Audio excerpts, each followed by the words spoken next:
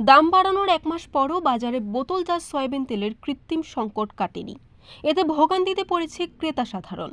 তদারকি সংস্থার নজরদারির অভাবে মিল থেকে কৃত্রিম সংকট তৈরি করায় ডিলারের কাছে পর্যাপ্ত তেল নেই।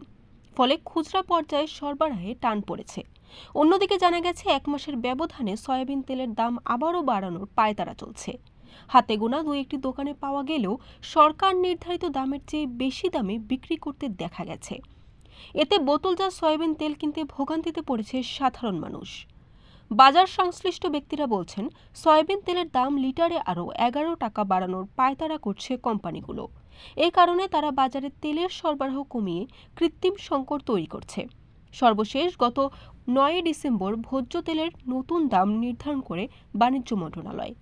ভোক্তাদের প্রত্যাশা ছিল দাম বাড়ানোর পর সংকট কেটে যাবে, কিন্তু তা হয়নি।